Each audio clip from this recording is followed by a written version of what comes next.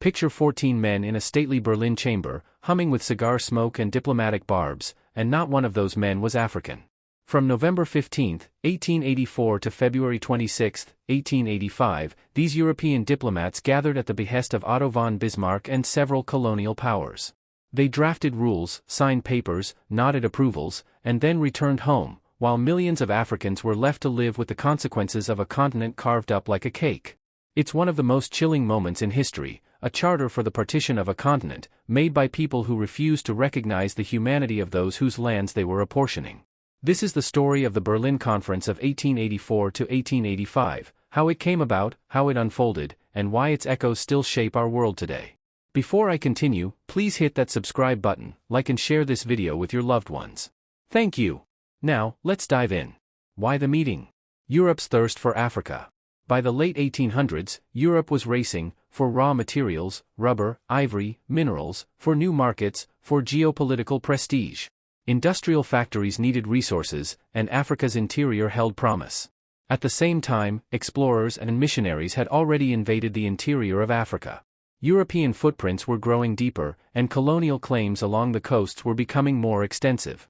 Yet there was chaos, overlapping claims, unclear borders, and rising tension between European powers over who got what.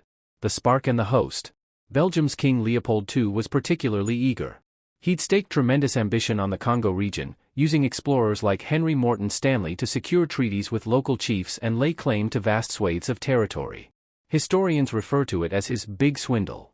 Bismarck of Germany, initially uninterested in overseas colonies, suddenly changed tack.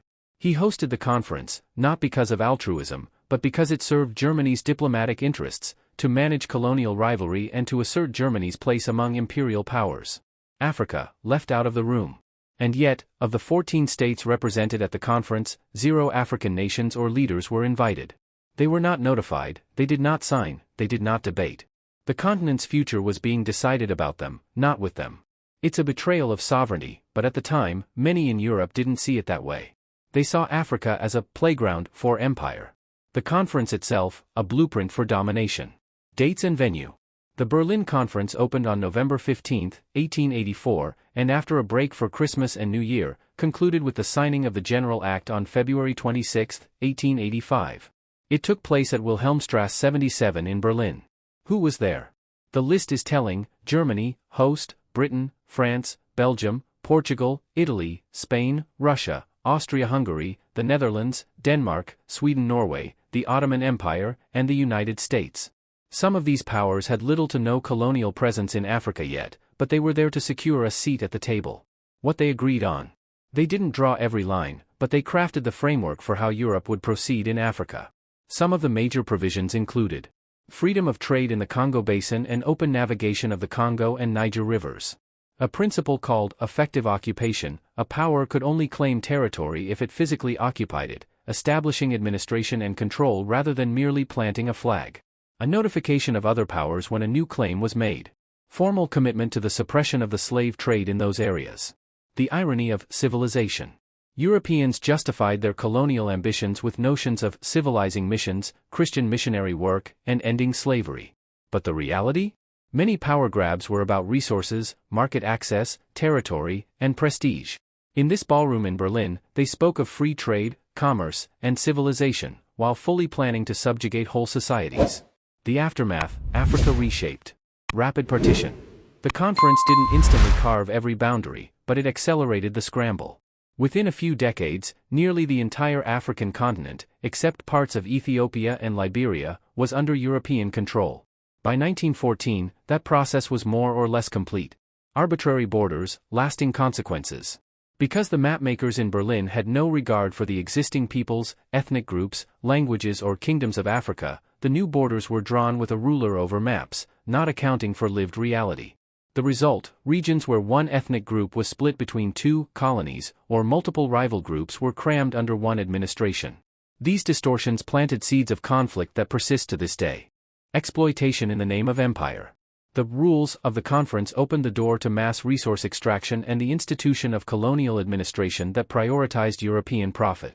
For example, in the territory of the Congo Free State, granted to Leopold II, the exploitation was brutal and deadly. Similarly, colonial economies in many regions were reconfigured to serve the metropole. Forced labor, cash crop agriculture, taxes, and local governance was subordinated. Why this matters: the legacy lives on. Political instability. Because borders ignored social realities, many post-colonial states faced, and face, enormous challenges in nation-building. Diverse groups with no history of shared governance were suddenly expected to become a nation.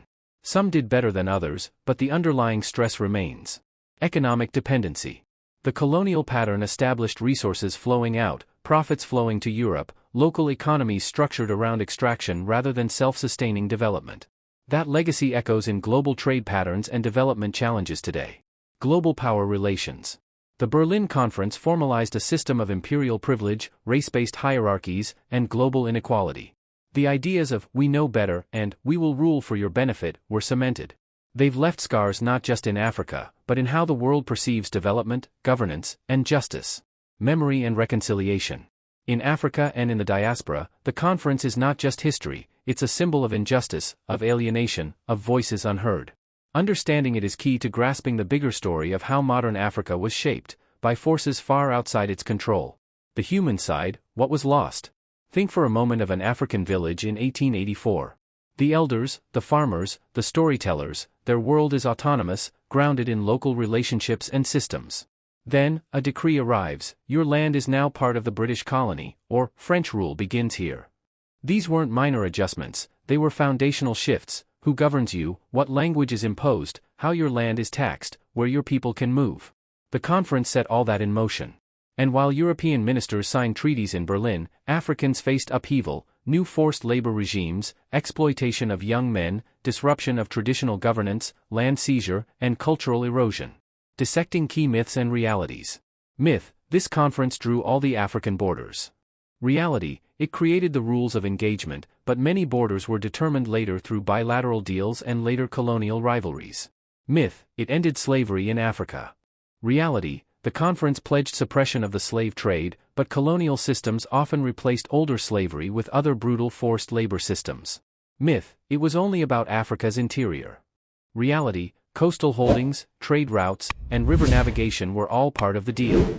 The conference targeted the Congo Basin and Niger but had implications for the entire continent. Final thoughts. The Berlin Conference is more than a historical footnote. It's a turning point. A moment when imperial powers formalized the theft of a continent. Not with swords alone, with laws, treaties, diplomacy, and maps. The scars of that moment are visible, in borders that don't reflect identity, in economies built on extraction, in the ongoing struggle for self-determination.